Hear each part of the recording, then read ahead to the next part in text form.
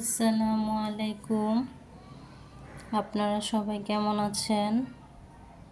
আমি আলহামদুলিল্লাহ ভালো আছি। তা আমি এই যে আবার একটি নতুন ভিডিও নিয়ে আপনাদের মাঝে হাজির হলাম। তো সকালে সব কাজকর্ম সেরে তারপর চলে আসলাম রান্না করতে।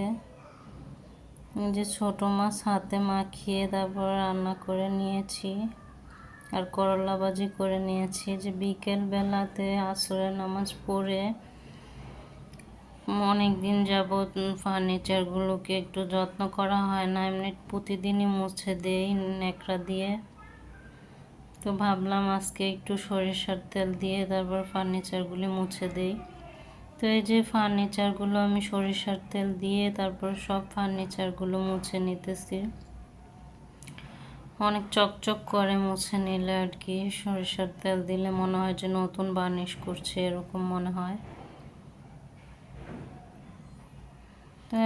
রাতের বেলা চলে আসলাম, এই যে আমি খাসির মাংস রান্না করব। আমার ভাগ্নির খালাতো বোনের মেয়ের আকিকা দিছে, তো ওর আকিকার থেকে মাংস পাঠাইছিল।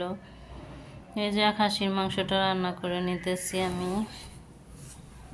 তো খাসির মাংস তো একটা বাজে স্মেল আসে, স্মেলটা যাতে না আসে তাই মশলা একটু বেশি করে দিতেছি। দিয়ে পরে ভালোভাবে কষিয়ে রান্নাটা করে নিব। তো চলে আসলো ঈদ, চলে আসলো বড় এই আর কি, একা একা ঈদ করতে হবে আমাদের। ঢাকাতেই আমরা ঈদ করব। আত্মীয় স্বজন সবাই আছে, সবাই ঢাকাতেই থাকে, এজন্য আমরা দেশে যাওয়া হয় না, আমরা ঢাকাতেই ঈদ করি। তো গত বছর ভাইয়া আসছিল 7 বছর পরে সৌদি আরব থেকে। তো ভালোই লাগছিল, একসাথে সবাই ঈদ করছি এত বছর পর। তো এবার ছোট ভাই ছিল আমার কাছে থাকতো আমার সাথে। তো এবার এবছরই রোজার ঈদের 3 দিন আগে চলে গেছে সৌদিতে।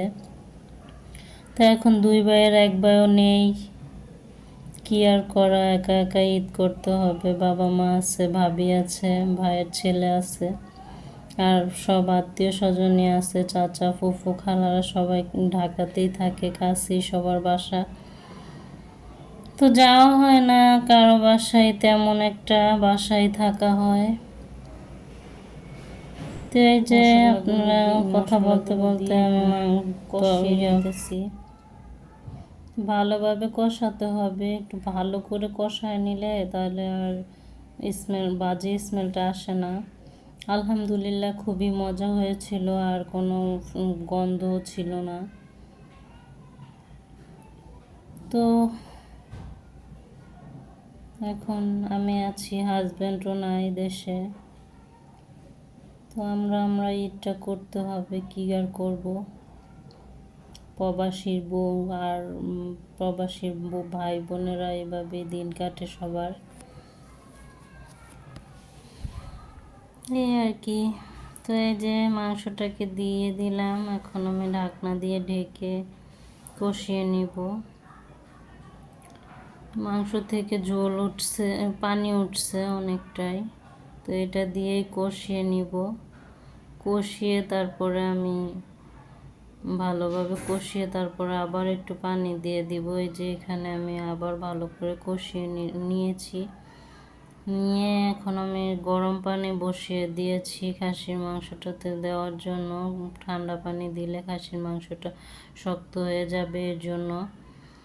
এই যে কষানো হয়ে গেছে, এখন আমি দিয়ে দিব গরম পানিটা।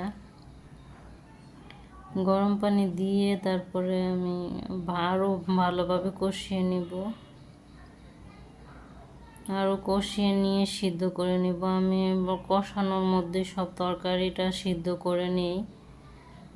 তো এই যে এখানে ভালোভাবে কষানো শেষ, এখন আমি ঝোল দিয়ে দিব মাংসতে। ঝোল দিয়ে পরে রান্না করে নিব।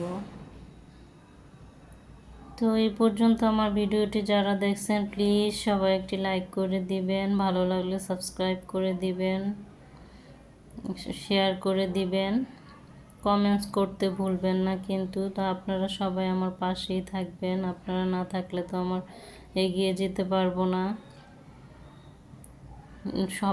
স্বপ্নই থেকে যাবে। তো এই যে আমার মাংসটা কিন্তু রান্না হয়ে গেছে, এখন আমি ভাজা জিরার গুঁড়ো দিয়ে দিতেছি। ভাজা জিরার গুঁড়োটা দিয়ে দিলে না মাংসর যে আসল মজাটা সেটা কিন্তু হয়, নয়তো বা ভালো লাগে না। তো এই যে রান্না শেষ। তো এই পর্যন্তই, ভালো থাকবেন সবাই। আসসালামু আলাইকুম, আল্লাহ হাফেজ।